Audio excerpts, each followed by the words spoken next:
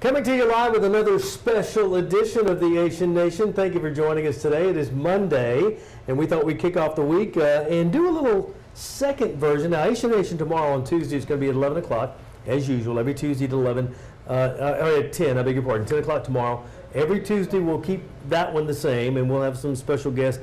But we're going to do a second Asian Nation from now on and introduce you to some of our WAFB team members.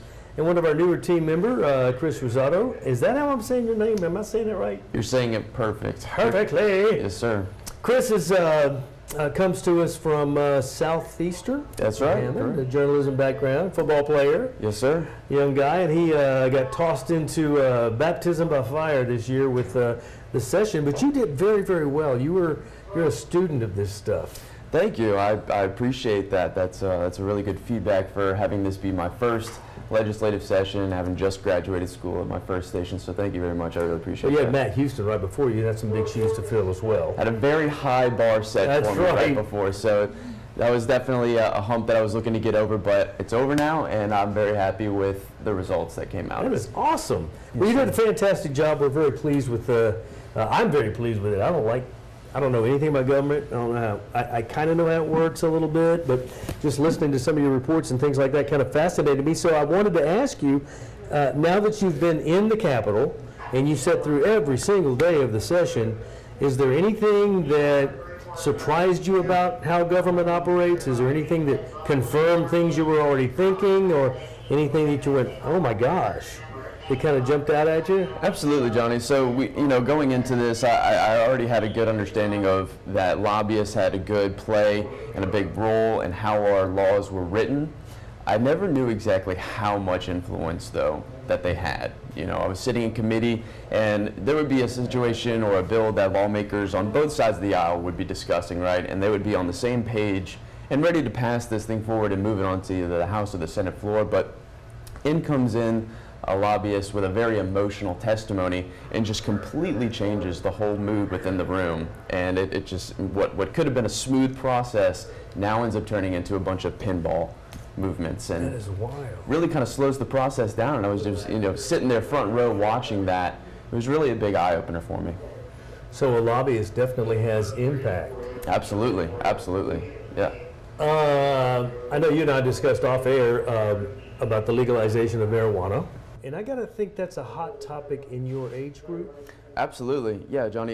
We have about roughly more than half the country has legalized marijuana in one way or another.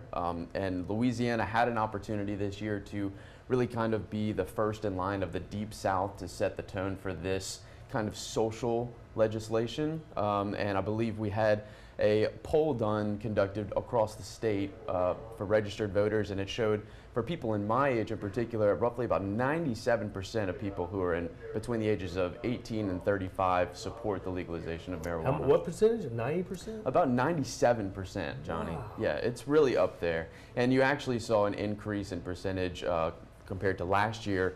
The highest growing demographic in support for that kind of legislation is actually senior citizens, because I believe those people are getting more educated and more introduced to the medical side of it, and that's kind of just broadening their horizons and their perspective of the whole situation.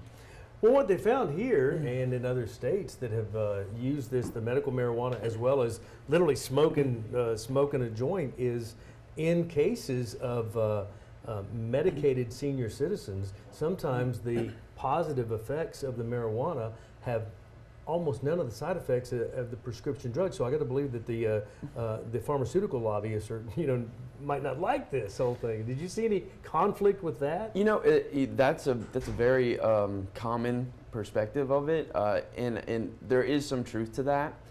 Definitely, when you compare medical marijuana to prescription opioids and things like that, there is a significant gap as far as addiction to those type of pharmaceuticals.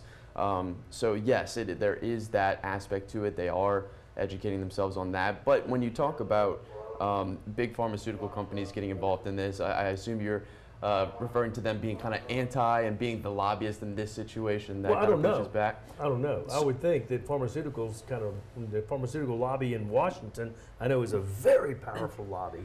Correct, correct. Well, actually, in some states, it just depends on the state that you're talking about, but in some states you actually do have pharmaceutical companies that have patents on their own marijuana prescription drugs. Sure. So again, it just depends on the state that you're talking about. So in some yes, and then in some no.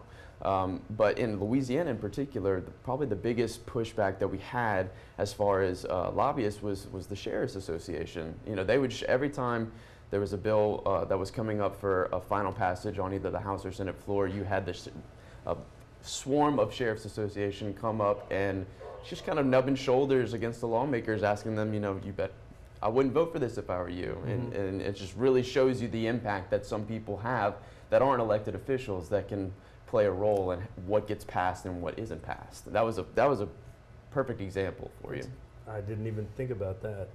Because some people think, and I don't know where I stand on this, some people think that marijuana usage is a gateway to stronger and more dangerous drugs. But if you are, in my opinion, if you are an addictive personality, I mean, water could be, you know?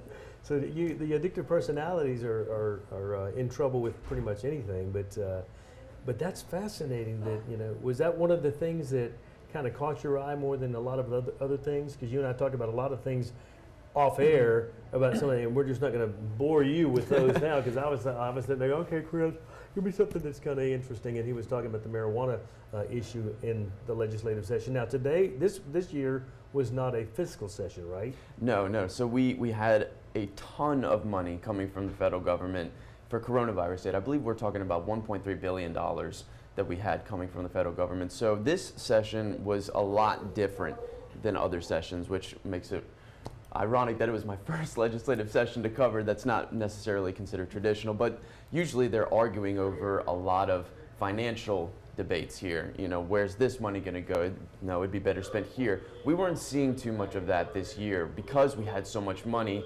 Lawmakers were able to kind of focus a little bit more on the social issues that they were looking to get passed, and there was surprisingly a lot of common ground on a lot of this stuff. So it was really neat to see lawmakers actually get along a lot more. Now there were a couple instances here and there. I know we've done some reports on that where they were getting a little back and forth, but for the most part, when in terms of debates and things like that, it was pretty civil for the most part. Some of that stuff, I mean, don't get into any specific names or anything, but I would have looked for, if I was, in your position, I would have looked forward to some of the head knocking, some of the, fights. That's what I was looking for. I was really looking for that, but I didn't see too much of it, and unfortunately, this few times where we actually did have some of that happen, I was either in another room or I was covering. But I was chasing that though. I was looking for that because we all look for that kind of content, right? Oh my gosh, that's why these Housewives of Everything are these popular shows. Absolutely. And I've never seen one of those, but I won't, because every time I walk past the TV and they're on it, the screaming women the screaming women shows, any of the reality shows, sir. not just But well, that's fascinating. So, you're looking forward to the next session, or is there going to be a special for any reason? Do you know? So, that's funny that you bring that up. Another thing that was being talked about and considered that was a little bit of a, I guess you can consider it a social issue, but there was some serious consideration of passing legislation to make it legal for people to have a constitutional carry right, and I'm not sure if you're familiar with that, but what it essentially means is if that were to pass and be signed into law, those who are 21 and up would no longer need to go take a concealed carry course, which can cost up to a lot of money. It's up $100, and it's an entire day process, and then you got to buy the gun and everything. So it really kind of adds on to the cost of being a gun owner. And I believe there's 13 different states right now that have passed that legislation. So there was a bill to do that for here in Louisiana, and that has made it all the way to the governor's desk. But I heard today that he's planning on vetoing that bill. And there is talk among some lawmakers along the Twitter sphere about getting back together for a special session to try and override that veto with a 2/3 majority. So, it'll be interesting to see. I know in the past when they tried to get people together to come back to Baton Rouge for a special session, it's hard to get a lot of members from the Senate. But this might be something that there's enough people in both chambers to congregate and maybe override the governor's veto on this. Did you get to meet Governor John Bell? I did. I actually had a chance to meet him when I was in college and interview him whenever he was giving a speech at the Greater, I believe it was called the Greater Chamber of Commerce for Hammond, something of that sort, where they were just talking about all kinds of, infrastructure, things like that, and funding to schools, because it was done at Southeastern. The speech was at Southeastern. So I had a chance to meet him there. But yeah, I had a chance to go to several of his press conferences, when he was giving his COVID updates, and ask him some questions. Very, very cool first job right out of college. I mean, not many people get to say that they get to, interview the governor and all this kind of stuff. Very, very cool. Did your first session make you have a little twinge of wanting to go into politics, or stay away from politics? Yes and no. I mean, I don't think I would ever want to, run for public office or anything like that. But, then again, I'm only 24. That could be something down the road if I really felt like getting into it or not. But for right now, I don't think that that's in the foreseeable future. But, definitely like being a part of a press team or something like that, especially with what I'm learning here, all of that can translate into a job like that. So you never know. That's fascinating. Well, you're doing a fantastic job, and we're very proud to have you on the team. And so one last couple of questions about the session. Is there anything that, we were talking about in your age group, obviously the marijuana legalization, is there anything else that kind of surprised you in that you were interested in, that you might have not been thinking you were going to be interested in? Like, wow, that could affect me and my future family or whatever. Anything at all that kind of jumped out at you? Not really? Like I said, something of that nature would have, for me at least, I would be focusing a lot on taxes and things like that. But because there was so much money involved in this legislative session, we weren't seeing too much of that. But another topic of discussion that was pretty popular amongst people my age was the Title IX stuff going on at LSU and other campuses all across the country. This is obviously not just a Louisiana thing. Right. This is happening all over the place, and so we had Representative Amy Freeman and Representative Mandy Landry. Both of them were two key components in putting together legislation that would put tougher restrictions and safety measures in place for More people. Transparency. Of course, absolutely. So, if there's any allegations or accusations of sexual harassment and sexual assault, right, the structure is there now to make sure that it's more preventable from happening. And that was a big topic of discussion, especially when it comes to women that are my age. That's so great. That's fascinating. And they're very happy to see that that's been passed. They feel like their voices have been heard, and that people are taking it seriously who may have been brushing it aside for perhaps a little bit too long.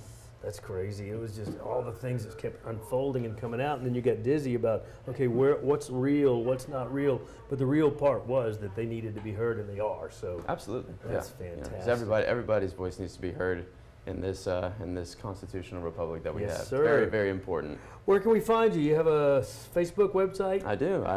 Chris Rosato at WAFB. It's on my Facebook, and then Chris Rosato WAFB is my Twitter. It's pretty simple. You feel like a letdown now that session's over, or you were looking forward to a breather and now getting into some other aspects of your journalistic career? Never. That's awesome. In this job, it is go. So you got to be ready to stay on your toes at all times. Man, I'm so happy you're with us, man. Thank you. I so appreciate much. you. Thank you for being on the Big Asian Nation Special Edition. Chris Rosato, our legislative reporter. You'll see him on TV quite a lot, even outside the session. And I'm just really excited that we got a chance to kind of meet him. And we're going to do that once in a while as we make our way through introducing you to some of our team players here at WAFB. All right, now Asian Nation tomorrow, we will be a special guest. You like Raising Cane's? Oh my gosh, who doesn't? That Todd cane sauce? Graves. Todd Graves was being told by bank officials and by economists that a chicken finger place that only sold chicken fingers would not work.